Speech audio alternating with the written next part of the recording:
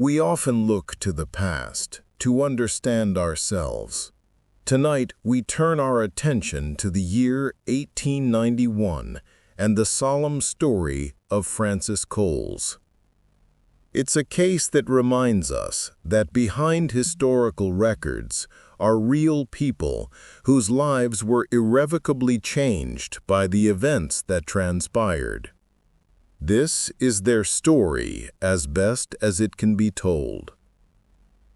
By the winter of 1891, the name Jack the Ripper was no longer a headline terror, but a chilling memory that haunted the gaslit streets of London's East End.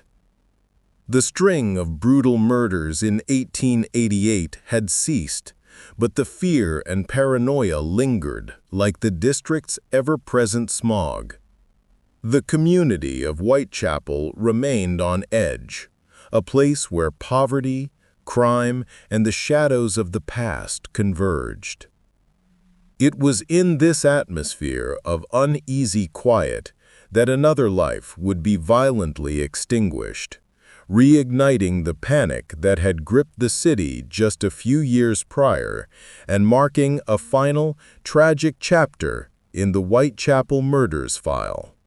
Frances Coles was a woman in her late 20s, though the hardships of her life had aged her beyond her years.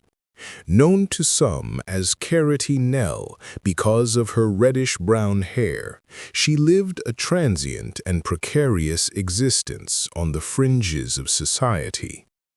Like many women in her position in the East End, she had no permanent home, often staying in the common lodging houses that provided a cheap, if grim, night's shelter.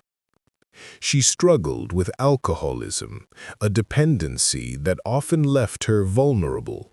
For a time, she had been in a tumultuous on-and-off relationship with a man named James Thomas Sadler, a ship's stoker and fireman. Their connection was volatile, characterized by periods of affection, punctuated by arguments, often over money and drink. Frances Coles was a person caught in the unforgiving cycle of poverty in Victorian London, a life that afforded her little safety or stability.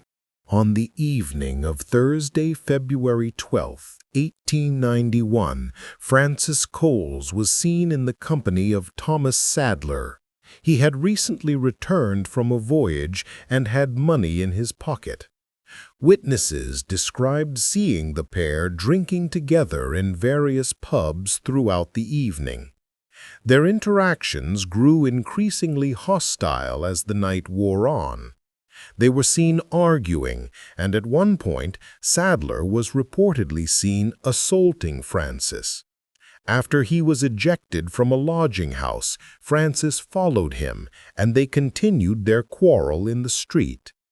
Later, Sadler would claim they parted ways, with Francis heading off in one direction and him in another.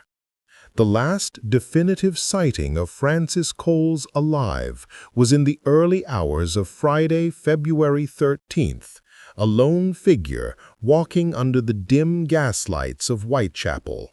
At approximately 2:15 a.m. on Friday the 13th, Metropolitan Police Constable Ernest Thompson was walking his beat along Chamber Street. As he passed beneath the dark railway arch of Swallow Gardens, a notorious and poorly lit passageway, he heard the faint sound of retreating footsteps. His suspicion aroused, he shone his lantern into the darkness of the arch. There, lying on the cobblestones, he found the body of a woman. She was still breathing, but just barely. Her throat had been deeply cut, and blood was pooling around her. Constable Thompson immediately blew his whistle for assistance, but the woman, later identified as Frances Coles, passed away within moments before any medical aid could arrive. The constable's near interruption of the attack was a source of profound frustration for the police. It seemed the killer had escaped with only seconds to spare. The news of a murder in Whitechapel, bearing the grim hallmark of a cutthroat, sent an immediate shockwave through London. The press descended on the area, and within hours, headlines screamed that Jack the Ripper had returned. The location and nature of the crime were too similar to the attacks of 1888 to be ignored. Public panic, which had lain dormant for over 2 years, was instantly rekindled. The Metropolitan Police at Lemon Street Station, who had been so heavily criticized during the original Ripper investigation, found themselves once again under intense pressure to find a culprit. The murder of Francis Coles was not just another crime. It was a terrifying echo of the past, and the public demanded a swift resolution, fearing the start of a new autumn of terror.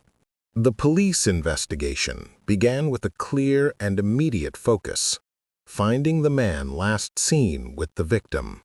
Descriptions of Francis Coles' companion on the night of her murder quickly led investigators to identify James Thomas Sadler. Sadler was a 53-year-old ship's stoker, a man whose life at sea made him a transient figure in the East End. Detectives learned of the volatile relationship between him and Frances, and witness after witness came forward to describe the arguments and the assault they had seen just hours before her body was discovered. The police now had a name, a description, and a history of violence connected to the victim. The hunt for Sadler became the central objective of the entire investigation, a race to apprehend the man who seemed, by all accounts, to be the most likely suspect. It did not take long for the police to track down their man. Later that same day, Thomas Sadler was arrested.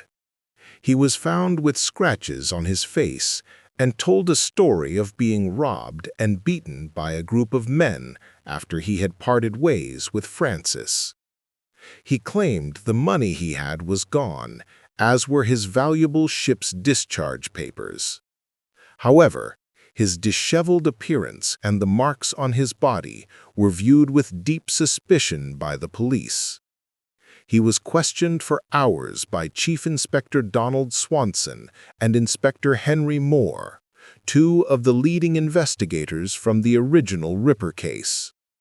Sadler vehemently denied any involvement in the murder, but his proximity to the victim in her final hours made him the subject of intense scrutiny. The police were confident that they had their man.